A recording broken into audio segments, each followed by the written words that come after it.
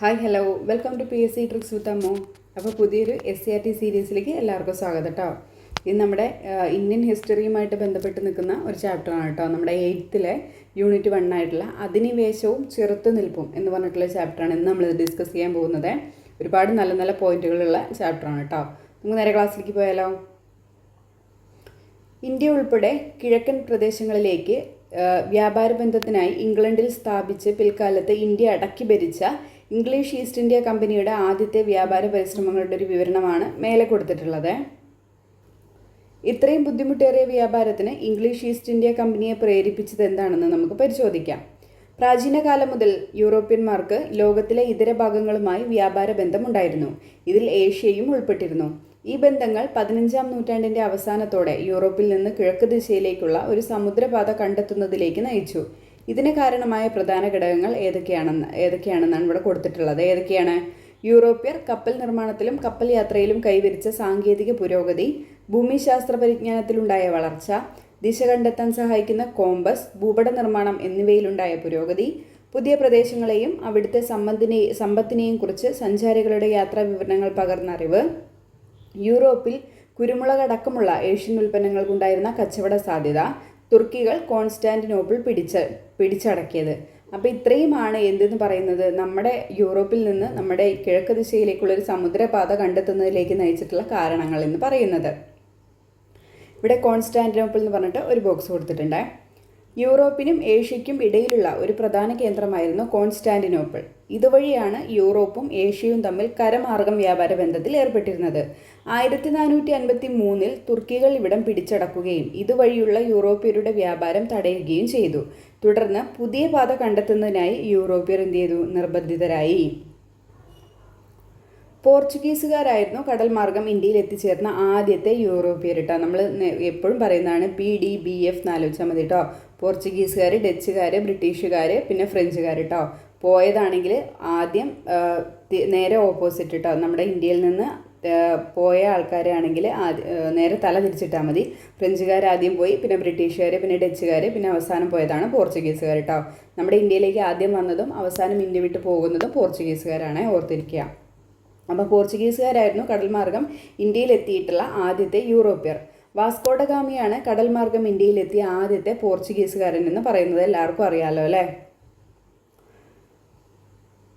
1498 കോഴിക്കോടിന് സമീപമുള്ള കാപ്പാടി എന്ന സ്ഥലത്താണ് വാസ്കോഡഗാമ എത്തിച്ചേർന്നത്. വർഷം ഓർത്തിരിക്കണേ, 1498 കേട്ടോ. 1498 കോഴിക്കോടിന് സമീപമുള്ള കാപ്പാടി എന്ന സ്ഥലത്ത് വെച്ചിട്ട് വാസ്കോഡഗാമ എത്തിച്ചേരുന്നത് കേട്ടോ. അദ്ദേഹത്തിൻ്റെ വരവ് ഇന്ത്യയിലെ യൂറോപ്യൻ ആധിപത്യത്തിന് വഴി തുറന്നു. അക്കാലത്ത് കോഴിക്കോട് ഭരിച്ചിരുന്നത് ആരായിരുന്നു? സാമൂതിരി രാജവംശമായിരുന്നു. അറബികളായിരുന്നു കോഴിക്കോടുമായിട്ടുള്ള വിദേശ വ്യാപാരം നിയന്ത്രിച്ചിരുന്നത്. അവരെ പുറത്താക്കി പോർച്ചുഗീസുകാർക്ക് വ്യാപാരാനുമതി നൽകണമെന്നുള്ള ഗാമയുടെ ആവശ്യം സാമൂതിരി അംഗീകരിച്ചില്ല. ഇതേ തുടർന്ന് ഗാമ കണ്ണൂരിലെ കോലോത്തിരി രാജാവിൽ നിന്നും വ്യാപാരാനുമതി നേടിയെടുത്തു. കുരുമുളക് ഉൾപ്പെടെയുള്ള ഉൽപ്പന്നങ്ങൾ ശേഖരിച്ച് അദ്ദേഹം പോർച്ചുഗലിലേക്ക് മടങ്ങി. തൻ്റെ യാത്രയ്ക്ക് ചെലവായ തുകയുടെ 60 ഇരട്ടിയിലധികം മൂല്യമുള്ള ചരക്കുകളുമായിട്ടാണ് ഗാമ ഇന്ത്യയിൽ നിന്ന് മടങ്ങിയത്. അപ്പോൾ വർഷം നേരത്തെ പറഞ്ഞതുപോലെ ഓർത്തിരിക്കുക, 1498 വാസ്കോഡഗാമ നമ്മുടെ കേരളത്തിൽ, അതായത് കാപ്പാട് എന്ന സ്ഥലത്ത് എത്തിച്ചേരുന്നത് കേട്ടോ.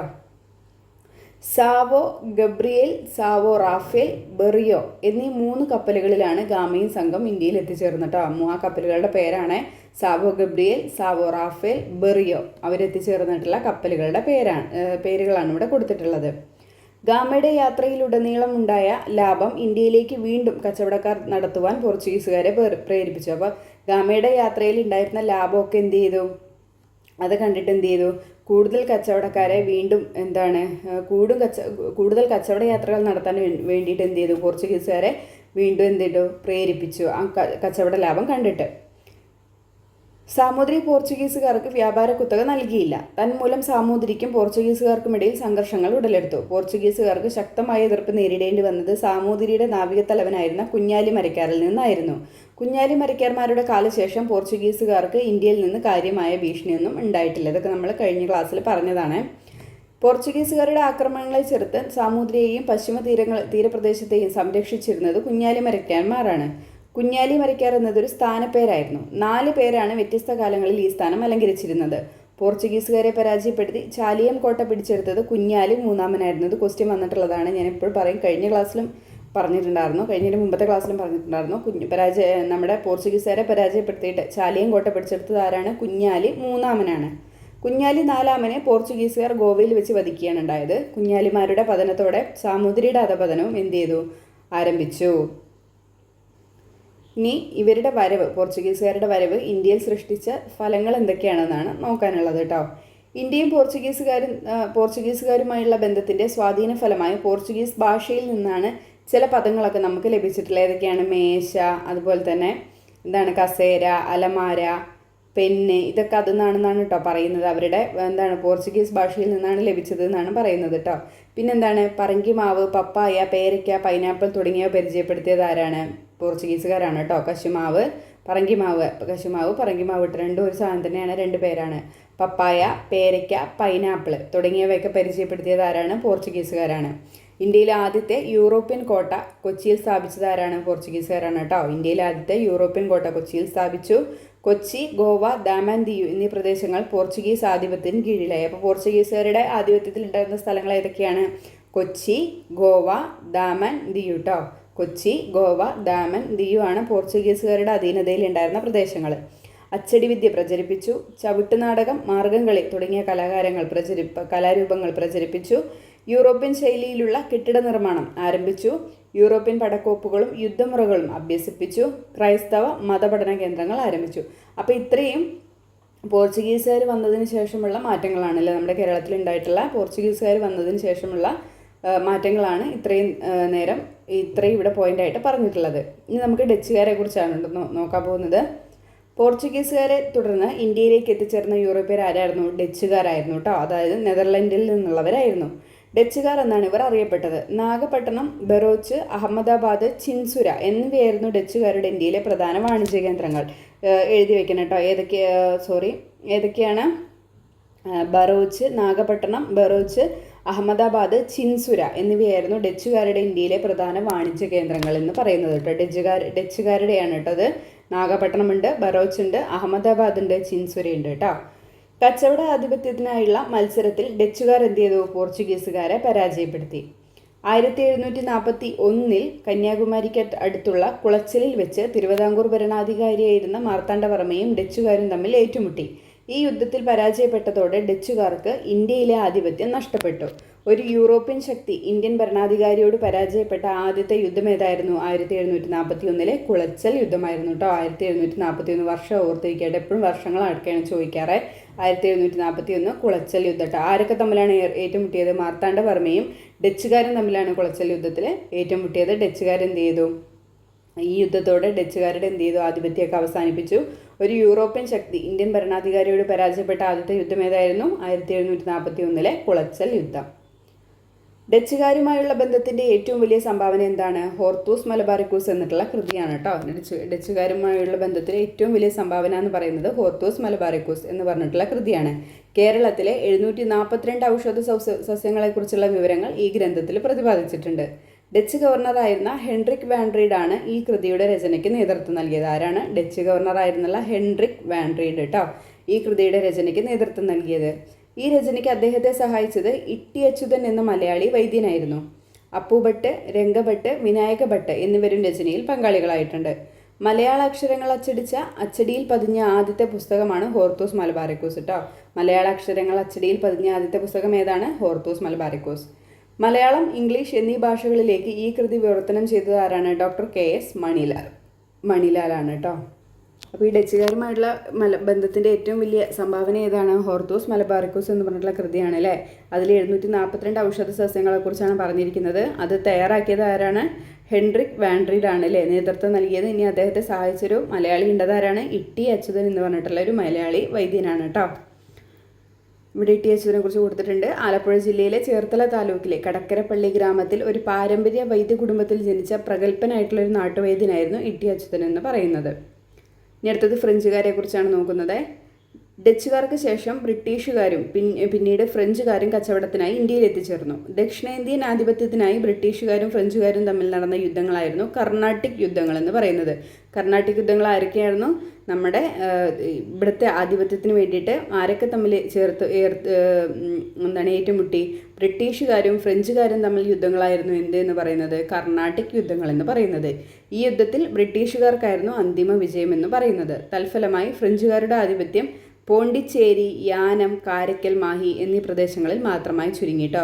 അപ്പോൾ ഫ്രഞ്ചുകാരുടെ ആധിപത്യം ഉണ്ടായിരുന്ന പ്രദേശങ്ങൾ ഏതൊക്കെയാണ് എഴുതി വെച്ചോ? പോണ്ടിച്ചേരി അല്ലെങ്കിൽ പുതുച്ചേരി, യാനം, കാരയ്ക്കൽ, മാഹി, ഇത്രയും ഫ്രഞ്ചുകാരുടെ അധീനതയിൽ ഉണ്ടായിരുന്ന പ്രദേശങ്ങളായിരുന്നു കേട്ടോ. ഏതൊക്കെയാണ്? പോണ്ടിച്ചേരി, യാനം, കാരയ്ക്കൽ, മാഹി, ഇത്രയും എവിടെയായിരുന്നു? ഫ്രഞ്ചുകാരുടെ അധീനതയിൽ ഉണ്ടായിരുന്ന പ്രദേശങ്ങളായിരുന്നു. ഈ കർണാട്ടിക് യുദ്ധങ്ങളിൽ ആരാണ് ജയിച്ചത്? ബ്രിട്ടീഷുകാരാണ് ജയിച്ചത്. ബ്രിട്ടീഷുകാരും ഫ്രഞ്ചുകാരും തമ്മിലുള്ള യുദ്ധങ്ങളെയാണ് കർണാട്ടിക് യുദ്ധങ്ങൾ എന്ന് പറയുന്നത്. ഇന്ത്യയിൽ ഫ്രഞ്ചുകാരും ബ്രിട്ടീഷുകാരും തമ്മിലുണ്ടായ യുദ്ധങ്ങൾ കർണാട്ടിക് യുദ്ധങ്ങൾ എന്നറിയപ്പെടുന്നു. ഇന്നത്തെ തമിഴ്നാടിൻ്റെ ഭൂരിപക്ഷ പ്രദേശങ്ങളും ആന്ധ്രാപ്രദേശത്തിൻ്റെ തെക്കൻ തീരപ്രദേശങ്ങളും ഉൾപ്പെടുന്ന മേഖലയാണ് കർണാട്ടിക്. 3 കർണാട്ടിക് യുദ്ധങ്ങളാണ് നടന്നത്. അപ്പോൾ 3 പ്രാവശ്യമാണ് യുദ്ധം ഉണ്ടായിരിക്കുന്നത് കേട്ടോ.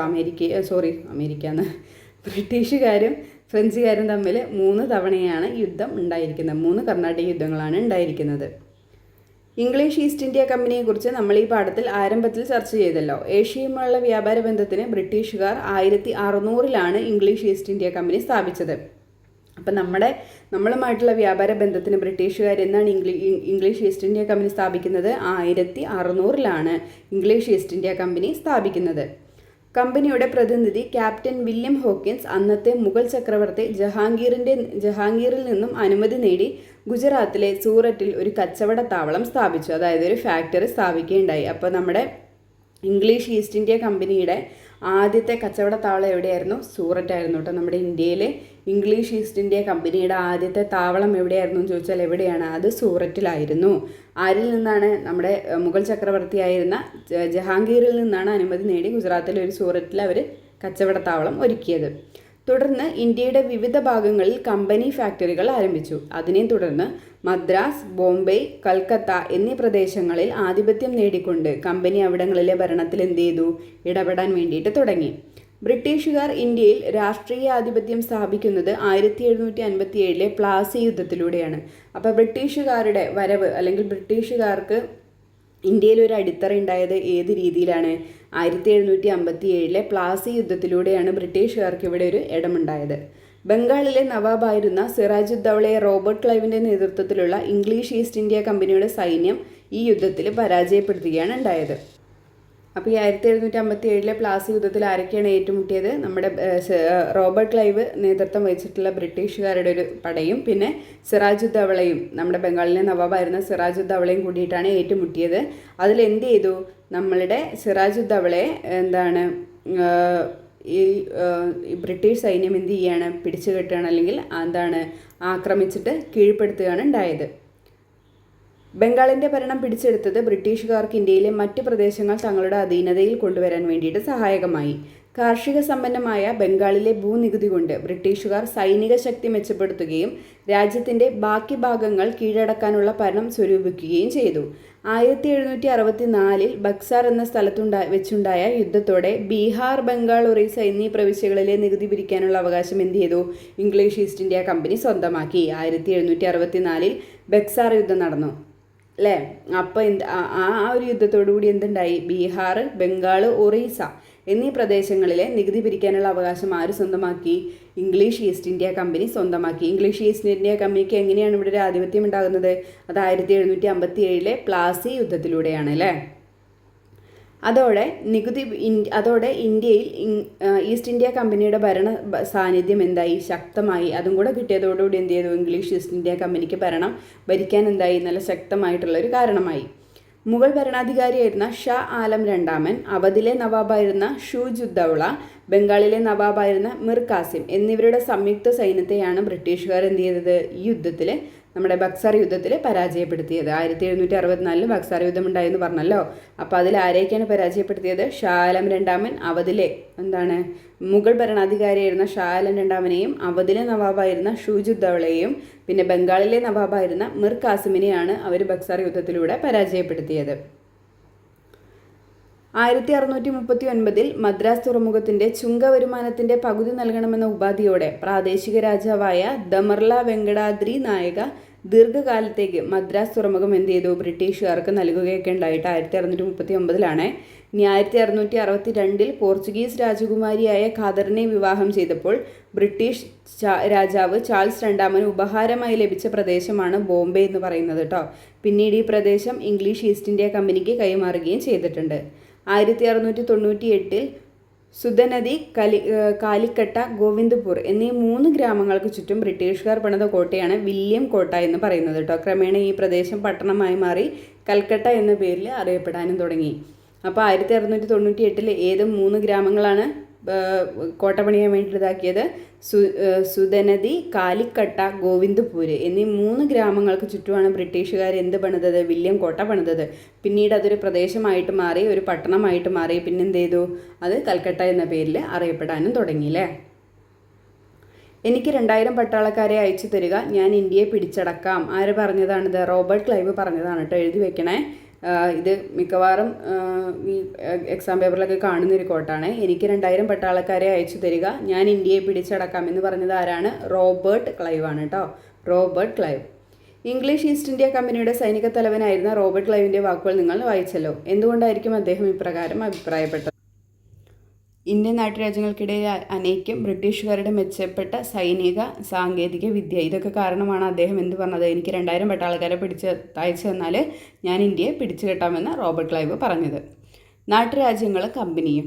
ഇന്ത്യയിലെ നാട്ടുരാജ്യങ്ങളെ യുദ്ധങ്ങളിലൂടെയും നയതന്ത്രങ്ങളിലൂടെയുമാണ് ബ്രിട്ടീഷുകാർ കീഴ്പ്പെടുത്തിയത്.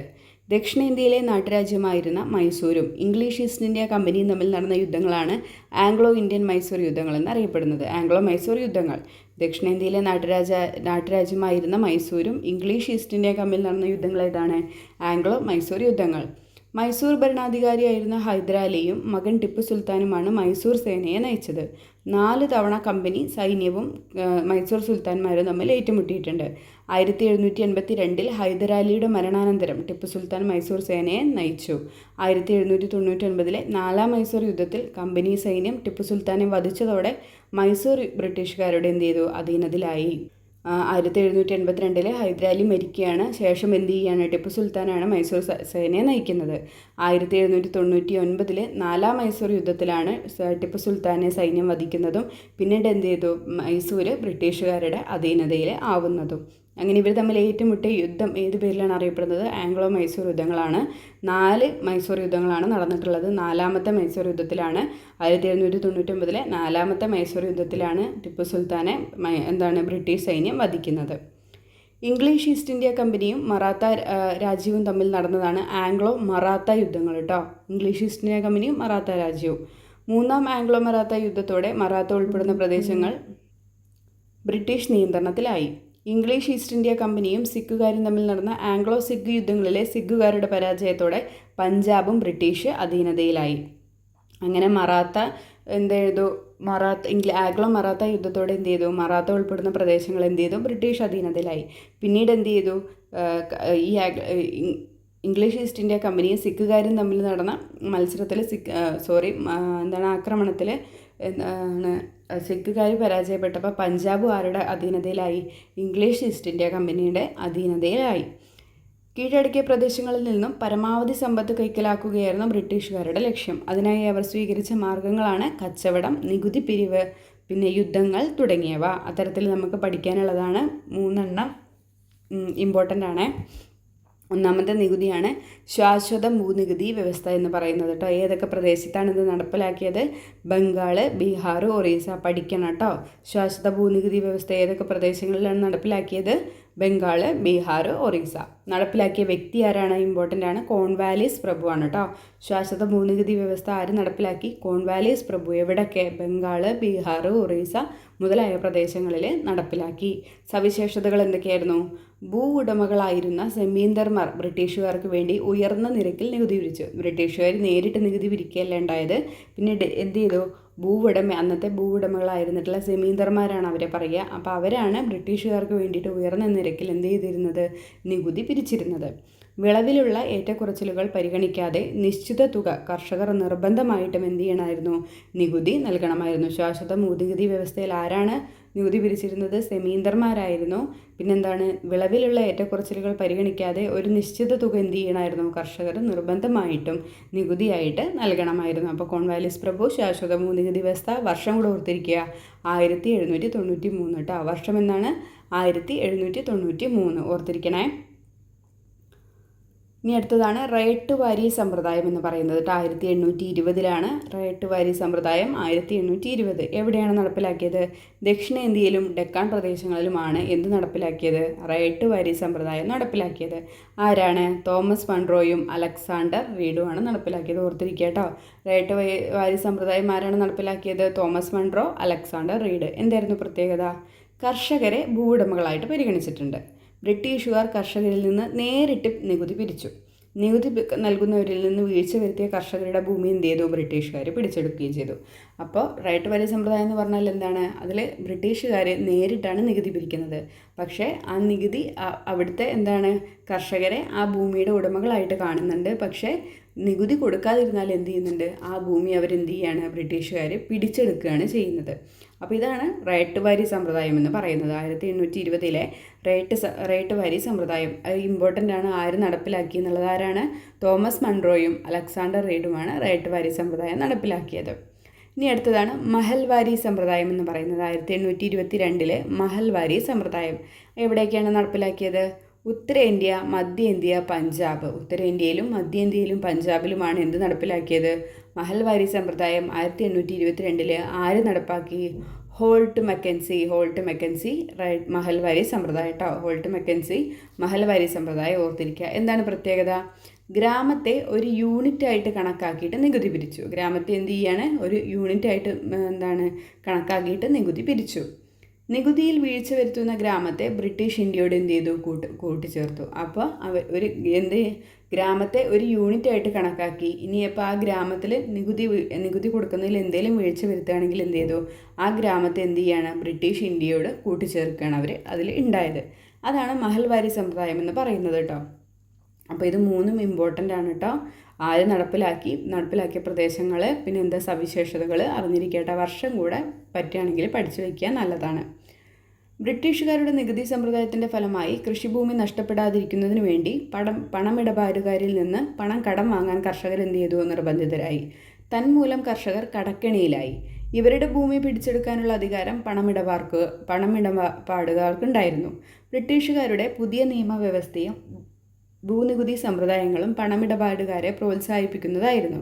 ഭക്ഷ്യവിളകൾക്ക് പകരം ബ്രിട്ടീഷുകാർക്ക് ആവശ്യമായ നീലം, പരുത്തി തുടങ്ങിയ നാണ്യവിളകൾ കൃഷി ചെയ്യാൻ ബ്രിട്ടീഷുകാർ കർഷകരെ നിർബന്ധിച്ചു. അപ്പം എന്താണ്, കർഷകർക്ക് നല്ല നെല്ലും അതും ഇതൊക്കെ കൃഷി ചെയ്താൽ നികുതി കൊടുക്കാൻ പറ്റില്ല. അപ്പോൾ അവരെന്ത് ചെയ്തു? അതിന് പകരം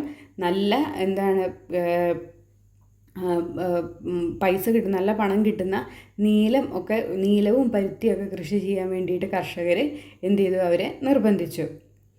നാണ്യവിളകളുടെ വ്യാപനം ഭക്ഷ്യവിളകൾ കുറയുന്നതിനും ഭക്ഷ്യക്ഷാമത്തിന് കാരണമാവുകയും ചെയ്തു. അപ്പം നെല്ലും ബാക്കിയുള്ള വിളകളൊക്കെ കുറച്ചത് മൂലം അവിടെ എന്ത് ചെയ്തു? ഭക്ഷ്യക്ഷാമമൊക്കെ ഉണ്ടായി.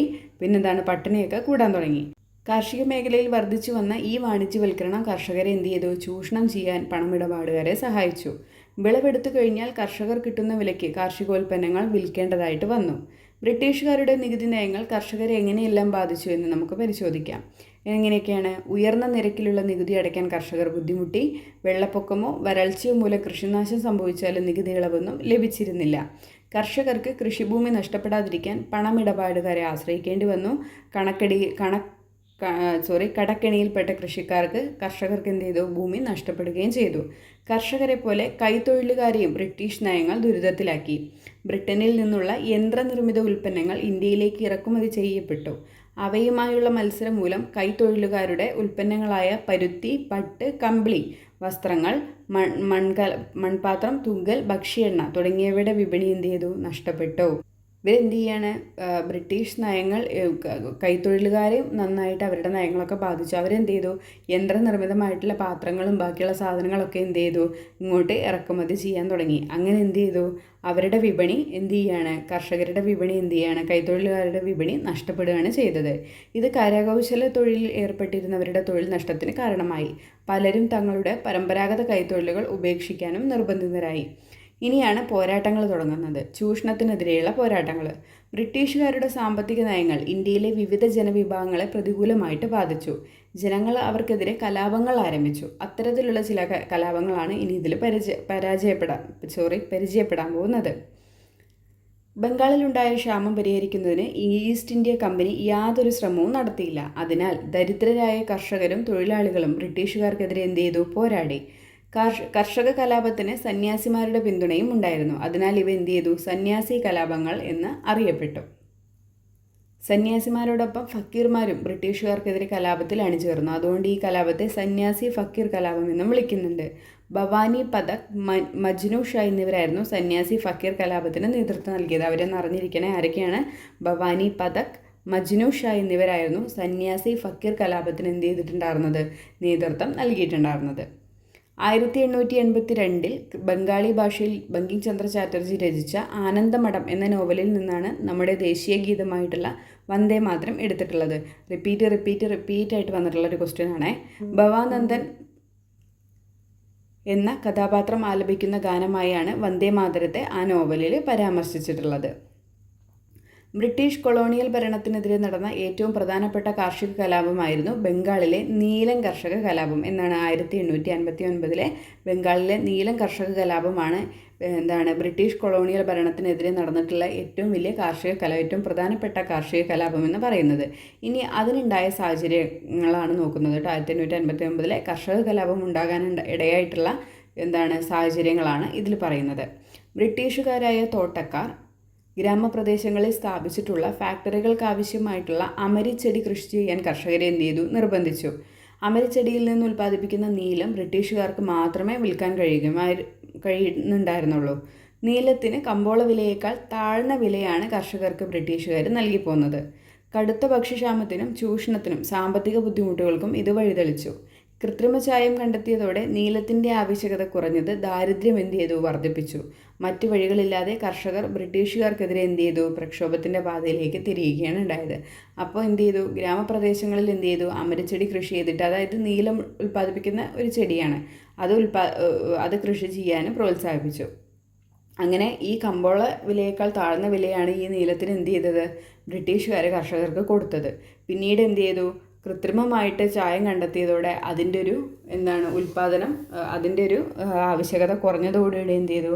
ആ കർഷകരിലെ ദാരിദ്ര്യമൊക്കെ വർദ്ധിപ്പിച്ചു. അങ്ങനെ അവർ ബ്രിട്ടീഷുകാർക്കെതിരെ പോരാടാൻ എന്ത് ചെയ്തു? കർഷകരെ അവർക്കെതിരെ തിരിഞ്ഞു. ഇനി നീൽ ദർപ്പൺ എന്ന് പറഞ്ഞിട്ടൊരു ബോക്സ് കൊടുത്തിട്ടുണ്ട്. നമുക്കറിയാം ബംഗാളിലെ നീലം കർഷകർ അനുഭവിക്കുന്ന ദുരിതങ്ങളെ ആസ്പദമാക്കി ദീനബന്ധു മിത്ര രചിച്ച നാടകമാണ് നീൽ ദർപ്പൺ എന്ന് നമുക്ക് എല്ലാവർക്കും അറിയാമല്ലേ. കാരണം അത് റിപ്പീറ്റായിട്ട് വരുന്നൊരു ക്വസ്റ്റ്യൻ ആണ്. അതിൻ്റെ വർഷം കൂടെ ഓർത്തിരിക്കുക. 1860 കേട്ടോ. ബംഗാളിലെ നീലം കർഷകർ അനുഭവിക്കുന്ന ദുരിതങ്ങളെ ആസ്പദമാക്കി 1860 ദീനബന്ധു മിത്ര രചിച്ച നാടകമാണ് നീൽ ദർപ്പൺ എന്ന് പറയുന്നത്. ദിഗംബർ വിശ്വാസിൻ്റെയും വിഷ്ണു വിശ്വാസിൻ്റെയും നേതൃത്വത്തിലായിരുന്നു നീലം കലാപത്തിന് തുടക്കം കുറിച്ചത്. അങ്ങനെ നീലം കർഷകർ എന്ത് ചെയ്തു? കലാപത്തിലേക്ക് തിരിയുകയാണ്. ആരൊക്കെയായിരുന്നു നേതൃത്വം കൊടുത്തത്? ദിഗംബർ വിശ്വാസും വിഷ്ണു വിശ്വാസുമാണ് നീലം കലാപത്തിന് തുടക്കം കുറിച്ചത്. ബംഗാളിലുടനീളം കലാപം പടർന്നു പിടിച്ചതോടെ കർഷകർ നീലം കൃഷി ഉപേക്ഷിച്ചു. തുടർന്ന് നീലം ഫാക്ടറികൾ ആക്രമിച്ചു. കൃഷിക്കാരുടെ പ്രതിരോധം ശക്തമായപ്പോൾ തോട്ടക്കാർ എന്ത് ചെയ്തു? ഫാക്ടറി അടച്ചുപൂട്ടുകയും ബംഗാളിൽ നീലം കൃഷി ഇല്ലാതാവുകയും ചെയ്തു. സാന്താൾ ഗോത്ര ജനതയുടെ ധീരത കാണിക്കുന്ന ഒരു കുറിപ്പ് ഇവിടെ മേലിൽ കൊടുത്തിട്ടുണ്ട് കേട്ടോ. അതാണ് മുകളിൽ കൊടുത്തിരിക്കുന്നത്. എന്തിനായിരിക്കും സാന്താൾ ജനത ബ്രിട്ടീഷുകാർക്കെതിരെ പോരാടിയതെന്നാണ് ചോദിക്കുന്നത്. 18ാം നൂറ്റാണ്ടിൽ ബംഗാൾ പ്രവിശ്യയിലെ രാജ്മഹൽ കുന്നിലേക്ക് കുടിയേറിപ്പാർത്ത ഗോത്ര ജനവിഭാഗമാണ് സാന്താൾ ജനത എന്ന് പറയുന്നത്. ഭൂവുടമകൾ അന്യായമായി കരം പിരിക്കുകയും കൊള്ളപ്പലിശക്കാർ നിരന്തരമായി കട നൽകുകയും പകരമായി അവരുടെ ധാന്യങ്ങളും വനവിഭവങ്ങളും തട്ടിയെടുക്കുകയും ചെയ്തിരുന്നു. ഇതെല്ലാം ബ്രിട്ടീഷുകാരുടെ പിൻബലത്തോടു കൂടിയായിരുന്നു നടന്നിരുന്നത്. ഭൂമിയുമായുള്ള ഗോത്രജനതയുടെ ബന്ധത്തെക്കുറിച്ച് യാതൊരു ധാരണയും ഇല്ലായിരുന്ന ബ്രിട്ടീഷ് ഭരണകൂടത്തിന് ഇതെല്ലാം എന്ത് ചെയ്തു? നികുതി വരുമാനം വർദ്ധിപ്പിക്കാനുള്ളൊരു ഉപാധികൾ മാത്രമായിരുന്നു. തങ്ങൾ നേരിട്ട അനീതികൾക്കെതിരെ ഗോത്രജനതയെ അണിനിരത്തി 1855 ബ്രിട്ടീഷുകാർക്കെതിരെ സാന്താളുകൾ പോരാട്ടങ്ങൾക്ക് തുടക്കം കുറിച്ചു. ഈ കലാപങ്ങൾക്ക് നേതൃത്വം നൽകിയത് സിദോവിനെയും കാൻഹുവിനെയും ബ്രിട്ടീഷുകാർ എന്ത് ചെയ്തു? വധിച്ചു. കലാപം ക്രൂരമായി അടിച്ചമർത്തപ്പെട്ടെങ്കിലും ഗോത്രജനതയുടെ പ്രതിരോധ ചരിത്രത്തിലെ ഏറ്റവും വലിയൊരു സുപ്രധാന അധ്യായമായിട്ട് സാന്താൾ കലാപം മാറി. അപ്പോൾ അതിൻ്റെ വർഷം ഓർത്തിരിക്കുക 1855 കേട്ടോ. സാന്താൾ കലാപം 1855. ആരൊക്കെയാണ് നേതൃത്വം കൊടുത്തത്? സിദോവും കാൻഹു ആയിരുന്നു കേട്ടോ. അവരെ ബ്രിട്ടീഷുകാർ വധിച്ചു കേട്ടോ. സിദോവും കാൻഹുവും 1855 ഓർത്തിരിക്കുക. ഇനി അവിടെ ഉൽ ഗുലാൻ എന്ന് പറഞ്ഞിട്ടൊരു കൊടുത്തിട്ടുണ്ട്, ഇമ്പോർട്ടൻ്റ് ആണ്. സാന്താൾ കലാപം പോലെ ഇന്ത്യയിലെ പല പ്രദേശങ്ങളിലും ഗോത്രജനതയുടെ കലാപങ്ങൾ ഉണ്ടായി. 19-ാം നൂറ്റാണ്ടിൻ്റെ അവസാന ദശകത്തിൽ നടന്ന ഗോത്രവർഗ കലാപം ഏതാണ്? ഉൽ ഗുലാനാണ് കേട്ടോ. ഇത് മുണ്ട കലാപം എന്നാണ് അറിയപ്പെടുന്നത്. അപ്പോൾ മുണ്ട കലാപത്തിൻ്റെ വേറൊരു പേരാണ് ഉൽ ഗുലാൻ എന്ന് കേട്ടോ. നമ്മൾ പൊതുവേ മുണ്ട കലാപം എന്നാണ് പഠിച്ചിട്ടുള്ളത്. അതിൻ്റെ വേറൊരു പേരാണ് ഉൽ ഗുലാൻ. ഇനിയിപ്പോൾ ഉൽ ഗുലാൻ എന്നാണെങ്കിൽ ക്വസ്റ്റ്യൻ പേപ്പറിൽ അത് കണ്ടു കഴിഞ്ഞാൽ പിന്നെ കൺഫ്യൂഷൻ അടിക്കേണ്ട. മുണ്ട കലാപത്തിൻ്റെ വേറൊരു പേരാണ് ഉൽ ഗുലാൻ എന്ന് പറയുന്നത്. വലിയ കോലാഹലം അല്ലെങ്കിൽ വലിയ ഇളക്കം എന്നാണ് ഉൽ ഗുലാൻ എന്ന പദത്തിൻ്റെ അർത്ഥം. ഇന്നത്തെ ജാർഖണ്ഡിലെ മുണ്ട ഗോത്ര വിഭാഗങ്ങളുടെ ജനവാസ മേഖലകളിൽ ബ്രിട്ടീഷ് കൊളോണിയൽ ഭരണത്തെ തകർത്ത് മുണ്ട രാജ്യം സ്ഥാപിക്കാൻ ശ്രമിച്ച ബിർസ മുണ്ടയാണ് കലാപത്തിന് നേതൃത്വം നൽകിയത്. അപ്പോൾ ഉൽ ഗുലാൻ എന്ന് പറഞ്ഞിട്ടുള്ള കലാപത്തിന് നേതൃത്വം കൊടുത്തത് ആരാണ്? ബിർസ മുണ്ടയാണ് കേട്ടോ. അല്ലെങ്കിൽ അത് മുണ്ട കലാപം എന്ന പേരിലും അറിയപ്പെടുന്നു. ഇനി അതിൻ്റെ കാരണങ്ങൾ, അത് ഉണ്ടാവാനുള്ള കാരണങ്ങൾ ഇവിടെ കൊടുത്തിട്ടുണ്ട്. ബ്രിട്ടീഷ് കൊളോണിയൽ ചൂഷണവും ഭൂമി പിടിച്ചെടുക്കലും പണമിടപാടുകാരുടെയും വ്യാപാരികളുടെയും സാമ്പത്തിക ചൂഷണം, ഇതൊക്കെ കൊണ്ടാണ് അവരെന്ത് ചെയ്തത്? ഈ ജാർഖണ്ഡിലെ മുണ്ട ഗോത്ര വിഭാഗങ്ങൾ ഇവർക്കെതിരെ തിരിഞ്ഞത്. ഇവിടെ ബിർസ മുണ്ട എന്ന് പറഞ്ഞിട്ട് കൊടുത്തിട്ടുണ്ട്. ബിർസ മുണ്ടയുടെ ജന്മദിനമായിട്ടുള്ള നവംബർ 15 ജൻജാതീയ ഗൗരവ് ദിവസമായിട്ടാണ് ആചരിക്കുന്നത് കേട്ടോ. എഴുതി വെക്കണേ. നവംബർ 15 ഏത് രീതിയിലാണ് ആചരിക്കുന്നത്? ജൻജാതീയ ഗൗരവ് ദിവസമായിട്ടാണ് ആചരിക്കുന്നത്. ബിർസ മുണ്ടയുടെ ജന്മദിനമാണ്. 2021 മുതലാണ് അങ്ങനെ ആചരിച്ച് വരുന്നത് കേട്ടോ. നവംബർ 15 ജൻജാതീയ ഗൗരവ ദിവസമായിട്ട് 2021 മുതലാണ് ആചരിച്ച് വരുന്നത്. ഇന്ത്യൻ പാർലമെൻറ്റിൽ ഛായാചിത്രം സ്ഥാപിച്ച് ആദരിക്കപ്പെട്ടിട്ടുള്ള ഏക ഗോത്രജനതയുടെ നേതാവാണ് ആരെന്ന് പറയുന്നത്? ബിർസ മുണ്ട കേട്ടോ. ഇന്ത്യൻ പാർലമെൻറ്റിൻ്റെ ചരിത്രത്തിൽ ഇന്ത്യൻ പാർലമെൻറ്റിൽ ഛായാചിത്രം സ്ഥാപിച്ച് ആദരിക്കപ്പെട്ടിട്ടുള്ള ഏക ഗോത്രജനതയുടെ നേതാവാണ് ബിർസ മുണ്ട. 1899 മുണ്ട ഗോത്ര വിഭാഗം ബ്രിട്ടീഷുകാർക്കെതിരെ സായുധ കലാപം ആരംഭിച്ചു. ബ്രിട്ടീഷ് പോലീസുകാർ പല സ്ഥലത്തും ഏറ്റുമുട്ടലുകൾ ഉണ്ടായി. റാഞ്ചിയിൽ നടന്ന വെടിവയ്പിൽ ഒട്ടേറെ മുണ്ട ഗോത്ര വിഭാഗക്കാർ കൊല്ലപ്പെട്ടു. ബിർസ മുണ്ട തടവിലാകുകയും അവിടെ വെച്ച് മരണപ്പെടുകയും ചെയ്തു. മുണ്ട കലാപത്തെ ബ്രിട്ടീഷുകാരെന്ത് ചെയ്തു? ക്രൂരമായി തന്നെ അടിച്ചമർത്തി. കുറിച്യർ കലാപം, പഹാരിയ കലാപം, കോൾ കലാപം, ഭീൽ കലാപം, ഗാസി കലാപം തുടങ്ങിയവ ബ്രിട്ടീഷുകാർക്കെതിരെ ഇന്ത്യയുടെ പല ഭാഗങ്ങളിൽ നടന്ന ചില ഗോത്ര കലാപങ്ങളാണ് കേട്ടോ. ഇതെല്ലാം ഗോത്ര കലാപങ്ങളാണ്. കുറിച്യർ, പഹാരിയ, കോള്, ഭീല്, ഗാസി, ഇത്രയും ഗോത്ര കലാപമാണ് കേട്ടോ. ബ്രിട്ടീഷുകാരുടെ നയങ്ങൾ തമിഴ്നാട്ടിലെ സൈനിക തലവന്മാരായ പോളിഗർമാരെയും ബാധിച്ചു. പോളിഗർ എന്ന് പറഞ്ഞാൽ പാളയം അഥവാ സൈനിക താവളം എന്നർത്ഥം വരുന്ന പാളയക്കാർ എന്ന തമിഴ് പദത്തിൽ നിന്നാണ് പോളിഗർ എന്ന ഇംഗ്ലീഷ് പദം ഉണ്ടായിട്ടുള്ളത്. തിരുനെൽവേലിയിലെ പാഞ്ചാലം കുറിച്ചിയിലെ പോളിഗറായിരുന്നു വീരപാണ്ഡ്യ കട്ടബൊമ്മനും ശിവഗംഗയിലെ പോളിഗറായിരുന്നു മരുതപാണ്ഡ്യ സഹോദരന്മാരും. അതങ്ങനെ തന്നെ പഠിക്കണേ. കുറിച്ചിയിൽ ആരായിരുന്നു?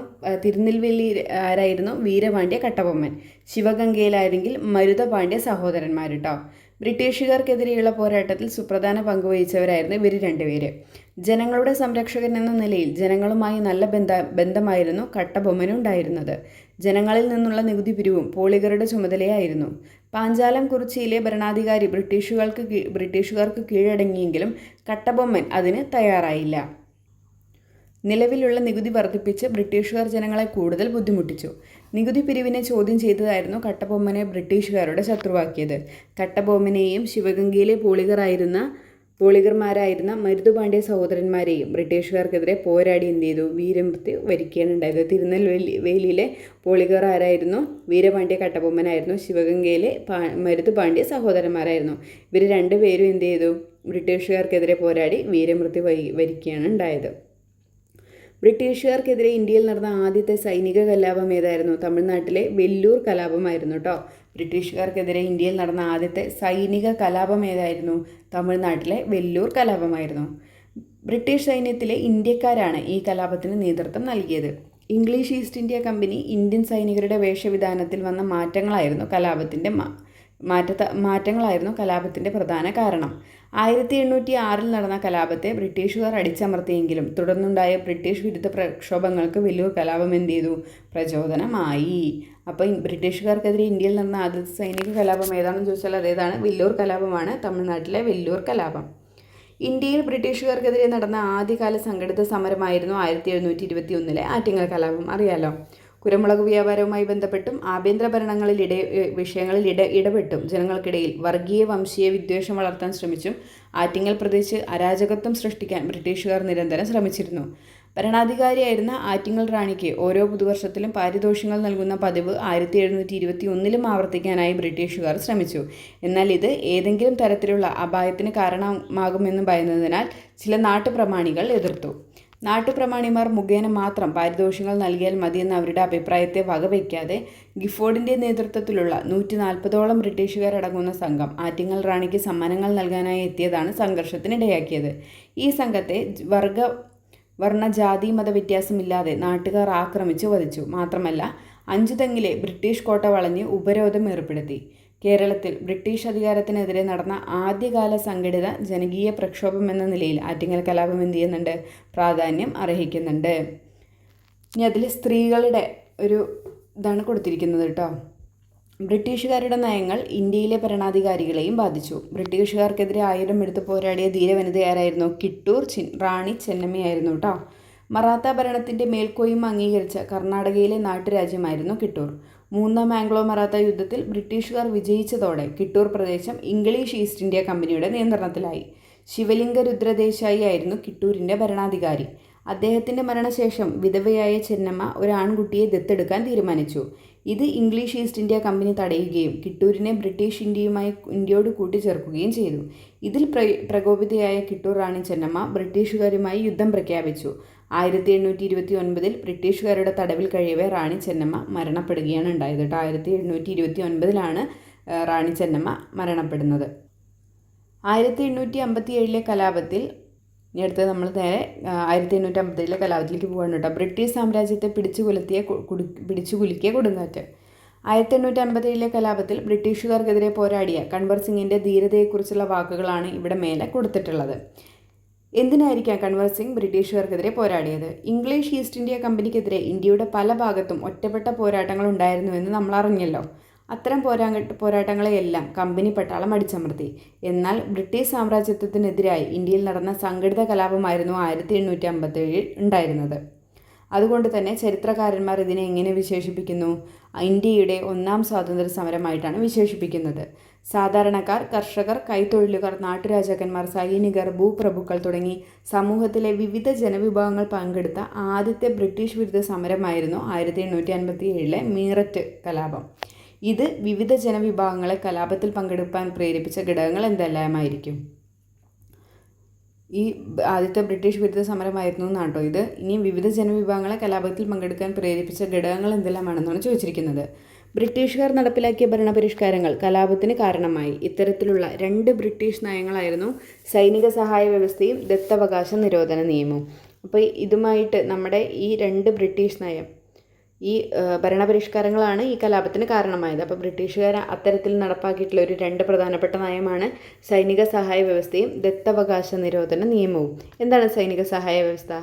ഇന്ത്യയിൽ ബ്രിട്ടീഷുകാരുടെ സാമ്രാജ്യ വികസനത്തിനും കൂടുതൽ അധീശത്വം ഉറപ്പിക്കുന്നതിനും വേണ്ടി ഗവർണർ ജനറലായിരുന്ന വെല്ലസ്ലി പ്രഭു നടപ്പിലാക്കിയ പദ്ധതിയാണ് സൈനിക സഹായ വ്യവസ്ഥ എന്ന് പറയുന്നത്. അപ്പോൾ സൈനിക സഹായ വ്യവസ്ഥ ആരാണ് നടപ്പിലാക്കിയത്? വെല്ലസ്ലി പ്രഭുവിൻ്റെയാണ് കേട്ടോ സൈനിക സഹായ വ്യവസ്ഥ. ഇത് പ്രകാരം ബ്രിട്ടീഷുകാരുമായി സൈനിക സംഘത്തിൽ ഏർപ്പെടുന്ന നാട്ടുരാജ്യങ്ങൾ ചില വ്യവസ്ഥകൾ പാലിക്കേണ്ടതായിരുന്നു. സൈനിക സഹായ വ്യവസ്ഥയിൽ ഏർപ്പെടുന്ന നാട്ടുരാജാവ് കമ്പനി സൈന്യത്തിൻ്റെ യൂണിറ്റ് തൻ്റെ രാജ്യത്തിനുള്ളിൽ എന്ത് ചെയ്യണം? സ്ഥിരമായിട്ട് പാർപ്പിക്കണം. കമ്പനിയുടെ സൈനിക വിഭാഗത്തിലുള്ള എല്ലാ ചിലവും എന്ത് ചെയ്യണം? സഖ്യത്തിൽ ഏർപ്പെടുന്ന രാജാവായിരിക്കണം വഹിക്കേണ്ടത്. കമ്പനിയുടെ അനുമതി ഇല്ലാതെ മറ്റ് യൂറോപ്യൻ രാജ്യങ്ങളുമായിട്ട് സഖ്യത്തിൽ ഏർപ്പെടാൻ പാടില്ല. ബ്രിട്ടീഷ് ഗവർണർ ജനറലുമായി ആലോചിക്കാതെ ഒരു നടപടിയും സഖ്യരാജാവ് നടപ്പിലാക്കാൻ പാടില്ല. സഖ്യരാജാവ് തൻ്റെ രാജ്യത്ത് ഒരു ബ്രിട്ടീഷ് റെസിഡൻറ്റിനെ താമസിപ്പിക്കണം. ഈ വ്യവസ്ഥകൾ ലംഘിക്കപ്പെട്ടാൽ നാട്ടുരാജ്യത്തെ ബ്രിട്ടീഷുകാർക്ക് എന്ത് ചെയ്യാം? പിടിച്ചെടുക്കാം. അപ്പോൾ ഇത്രയാണ് സൈനിക സഹായ വ്യവസ്ഥയിൽ ഉണ്ടായിരുന്നത്. ഇത്രയും ഡിമാൻഡ്സ് അല്ലെങ്കിൽ ഇത്രയും ഇൻസ്ട്രക്ഷൻസ് ഈ സൈനിക സഹായ വ്യവസ്ഥയിൽ ഉണ്ടായിരുന്നു. ഇതെല്ലാം എന്താണ്, ഈ സൈനിക സഹായ വ്യവസ്ഥയുമായിട്ട് ഒപ്പിടുന്ന നാട്ടുരാജ്യം എന്താണ് ചെയ്യാൻ ബാധ്യസ്ഥരായിരുന്നു. അല്ലെങ്കിൽ എന്ത് ചെയ്യും, ആ നാട്ടുരാജ്യം എന്ത് ചെയ്യും, അവർ പിടിച്ചെടുക്കുകയും ചെയ്യും. അപ്പോൾ ഇതാണ് സൈനിക സഹായ വ്യവസ്ഥ എന്ന് പറയുന്നത്. ആരാണ് കൊണ്ടുവന്നതെന്നാണ് മെയിനായിട്ട് പഠിക്കേണ്ടത്. ആരാണ് കൊണ്ടുവന്നത്? നമ്മുടെ വെല്ലസ്ലി പ്രഭുവാണ്. ഇനി എന്താണ് ദത്തവകാശ നിരോധന നിയമം എന്നാണ് നോക്കുന്നത്. ഒരു നാട്ടുരാജ്യത്തിലെ ഭരണാധികാരി പിന്തുടർച്ച അവകാശികളായി ആൺമക്കൾ ഇല്ലാതെ മരിച്ചാൽ മറ്റൊരു കുടുംബത്തിൽ നിന്ന് ഒരു ആൺകുട്ടിയെ അനന്തരാവകാശിയായി ദത്തെടുക്കുന്ന സമ്പ്രദായം നിലവിലുണ്ടായിരുന്നു. എന്നാൽ ബ്രിട്ടീഷ് ഗവർണർ ജനറലായിരുന്ന ഡൽഹൌസി പ്രഭു നടപ്പിലാക്കിയ ദത്തവകാശ നിരോധന നിയമപ്രകാരം ദത്തെടുക്കാനുള്ള രാജാവിൻ്റെ അധികാരം എന്ത് ചെയ്തു? ഇല്ലാതായി. അനന്തരാവകാശി ഇല്ലാതാകുന്നതോടെ ആ നാട്ടുരാജ്യം എന്ത് ചെയ്യും? ഇംഗ്ലീഷ് ഈസ്റ്റ് ഇന്ത്യ കമ്പനിയുടെ നിയന്ത്രണത്തിലാക്കും. അപ്പോൾ ഇതാണ് ദത്തവകാശ നിരോധന നിയമം എന്ന് പറയുന്നത്. ഒരു ആൺകുട്ടീനെ ദത്തെടുക്കുകയാണെങ്കിൽ എന്ത് ചെയ്യും? ഒരാൺകുട്ടീനെ എന്ത് ചെയ്യും? മുന്നേ എന്താണ്, അനന്തരാവകാശികളില്ലാത്ത രാജാവിൻ്റെ അവരാണെങ്കിൽ എന്ത് ചെയ്യും? ഒരാൺകുട്ടികളെ ദത്തെടുക്കാനുള്ളൊരു നിയമം ഉണ്ടായിരുന്നു. പക്ഷേ ഡൽഹൌസി പ്രഭു എന്ത് ചെയ്തു? അതങ്ങ് ക്യാൻസലാക്കി. അപ്പോൾ പിന്നെ എന്ത് ചെയ്തു? അങ്ങനെ അനന്തരാവകാശികൾ ഉണ്ടായില്ലെങ്കിൽ ആ നാട്ടുരാജ്യം ആര് പിടിച്ചെടുക്കും? ബ്രിട്ടീഷുകാർ, ഇംഗ്ലീഷ് ഈസ്റ്റ് ഇന്ത്യ കമ്പനിയുടെ നിയന്ത്രണത്തിലാകും. ഈ രണ്ട് നിയമങ്ങൾ പ്രകാരം നിരവധി നാട്ടുരാജ്യങ്ങളെ ബ്രിട്ടീഷ് ഇന്ത്യയോട് കൂട്ടിച്ചേർത്തു. ദുർഭരണം ആരോപിച്ചിട്ടാണ് അവധ് എന്ന നാട്ടുരാജ്യം ബ്രിട്ടീഷ് ഇന്ത്യയോട് കൂട്ടിച്ചേർത്തത്. ഈസ്റ്റ് ഇന്ത്യ കമ്പനിയിലെ ഇന്ത്യൻ സൈനികർക്ക് ബ്രിട്ടീഷുകാരോടുണ്ടായ അസംതൃപ്തിയായിരുന്നു 1857 കലാപത്തിൻ്റെ മറ്റൊരു കാരണം.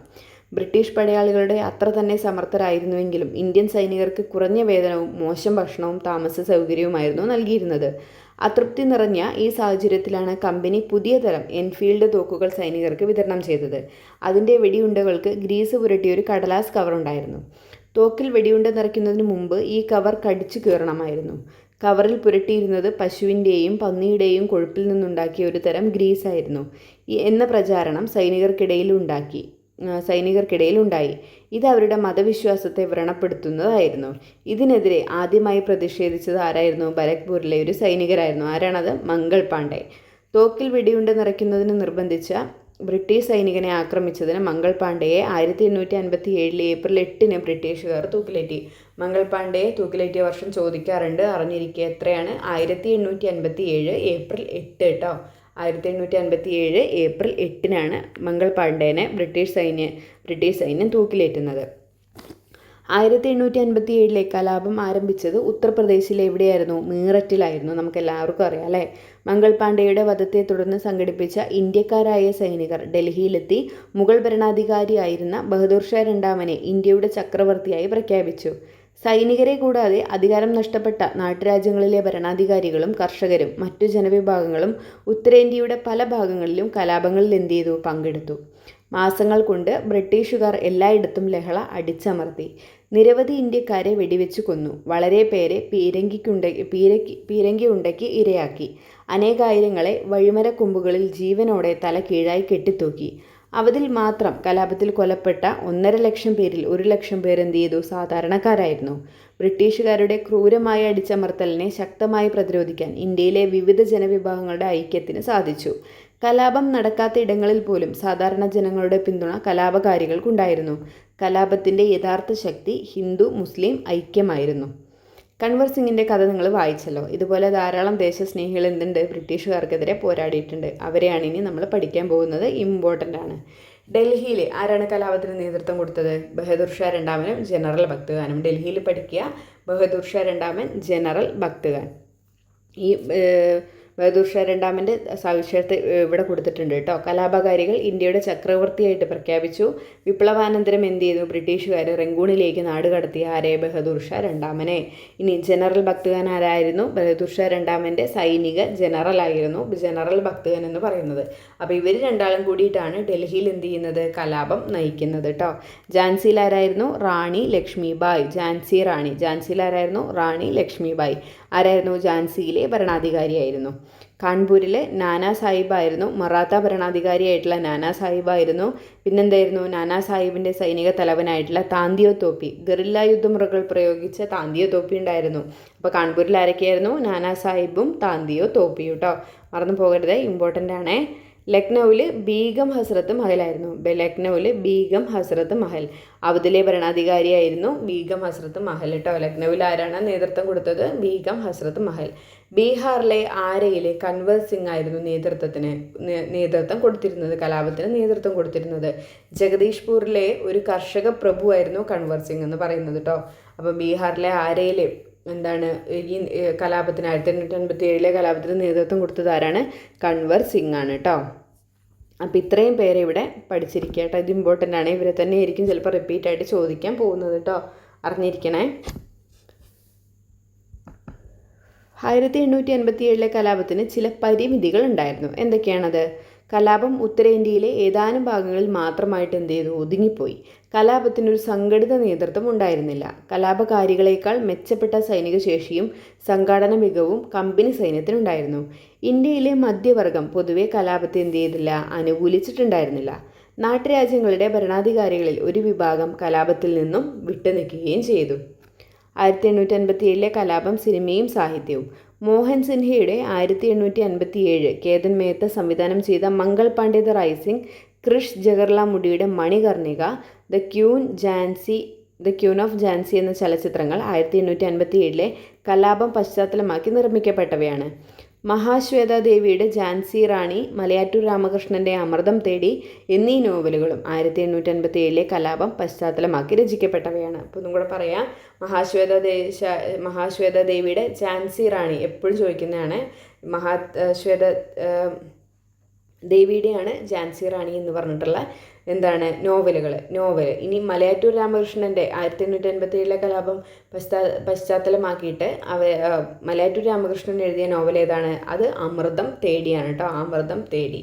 ഇനി സിനിമയുടെ കാര്യത്തിലേക്ക് വന്നാലോ, മോഹൻ സിൻഹയുടെയാണ് 1857 കേട്ടോ. 1857 ആരുടെയാണ്? മോഹൻ സിൻഹയുടെ സിനിമയാണ് 1857. കേതൻ മേത്ത് സംവിധാനം ചെയ്ത സിനിമ ഏതാണ്? മംഗൾ പാണ്ഡെ ദ റൈസിംഗ് ആണ്. Mangal Pandey the rising. ക്രിഷ് ജഗർലാമുഡിയുടെയാണ് Manikarnika the queen of Jhansi എന്ന ചലച്ചിത്രം. ക്രിഷ് ജഗർലാമുഡി കേട്ടോ. Manikarnika the queen of Jhansi എന്ന് പറഞ്ഞ ചിത്രം ആരുടെയാണ്? ക്രിഷ് ജഗർലാമുഡിയുടെയാണ് കേട്ടോ. അപ്പോൾ ഇത്രയും എന്താണ് ഈ 1857 കലാപവുമായിട്ട് ബന്ധപ്പെട്ടിട്ടുണ്ടായിട്ടുള്ള സിനിമയും നോവലുകളും ഒക്കെയാണ് കേട്ടോ. 1857 കലാപത്തെ ബ്രിട്ടീഷുകാർ അടിച്ചമർത്തിയെങ്കിലും അത് പിൽക്കാല ഇന്ത്യ ചരിത്രത്തിൽ ശ്രദ്ധേയമായ സ്വാധീനം ചെലുത്തി. അവ എന്തെല്ലാമാണെന്നാണ് നോക്കുന്നത് കേട്ടോ. അവസാനം ഇംഗ്ലീഷ് ഈസ്റ്റ് ഇന്ത്യ കമ്പനിയുടെ ഭരണം അവസാനിച്ചു. ഇന്ത്യയിലെ ഭരണം ബ്രിട്ടീഷ് രാജ്ഞിയുടെ നേരിട്ടുള്ള നിയന്ത്രണത്തിലായി. ഗവർണർ ജനറൽ എന്നതിന് പകരം വൈസ്രോയി എന്ന പദവി നിലവിൽ വന്നു. ഇന്ത്യയുടെ പിൽക്കാല ദേശീയ പ്രസ്ഥാനങ്ങൾക്ക് ഒരു പ്രചോദനമായി. കച്ചവടത്തിനായി വന്ന വിദേശികൾ ഇന്ത്യയിൽ രാഷ്ട്രീയാധിപത്യം നേടിയെടുത്തു. ഇതിനെതിരെ ഇന്ത്യയിലെ വിവിധ പ്രദേശങ്ങളിലെ ജനവിഭാഗങ്ങൾ നടത്തിയ ചെറുത്തുനിൽപ്പുകളും മുന്നേറ്റങ്ങളും തുടർന്നുള്ള ദേശീയ സമരങ്ങൾക്ക് എന്ത് ചെയ്തു? ഊർജം പകർന്നു. അപ്പോൾ നമ്മൾ ഈ ചാപ്റ്ററിൽ നമുക്കിത് നോക്കുമ്പോൾ തന്നെ അറിയാമല്ലേ, എല്ലാം എന്താണ് നമ്മുടെ ക്വസ്റ്റ്യൻ പേപ്പറിൽ റിപ്പീറ്റായിട്ട് കണ്ടുകൊണ്ടിരിക്കുന്ന ക്വസ്റ്റ്യൻസ് ഉള്ളൊരു ചാപ്റ്ററാണ് കേട്ടോ ഇതെന്ന് പറയുന്നത്. നമ്മുടെ ഇന്ത്യൻ ഹിസ്റ്ററിയുമായിട്ട് ബന്ധപ്പെട്ടിട്ടുള്ളതാണ്. അപ്പോൾ ഇതിൽ പറഞ്ഞിരിക്കുന്ന പോയിന്റുകളൊക്കെ ഷോർട്ട് നോട്ടാക്കിയിട്ട് എഴുതി വയ്ക്കുക, എന്നിട്ട് പഠിക്കുക കേട്ടോ നന്നായിട്ട്. ഞാൻ പറഞ്ഞു ജൂലൈ 18-നാണ് 10th പ്രിലിംസ് വരുന്നത്. അപ്പോൾ എല്ലാവരും ഉള്ള സമയം നന്നായിട്ട് വിനിയോഗിക്കുക, പഠിക്കുക കേട്ടോ. നന്നായിട്ട് റിവിഷൻ ചെയ്യുക, പഠിച്ച കാര്യങ്ങൾ നന്നായിട്ട് റിവിഷൻ ചെയ്യാൻ വേണ്ടിയിട്ട് തന്നെ ശ്രമിക്കുക കേട്ടോ. അപ്പോൾ വീണ്ടും നമുക്ക് നല്ലൊരു വീഡിയോയിൽ കാണാം. ഈ വീഡിയോ ഇഷ്ടമാവുകയാണെങ്കിൽ നിങ്ങൾ ലൈക്ക് ചെയ്യാനും നിങ്ങളുടെ അഭിപ്രായങ്ങൾ കമൻറ്റ് ചെയ്യാനും മറക്കരുത് കേട്ടോ. Thank you.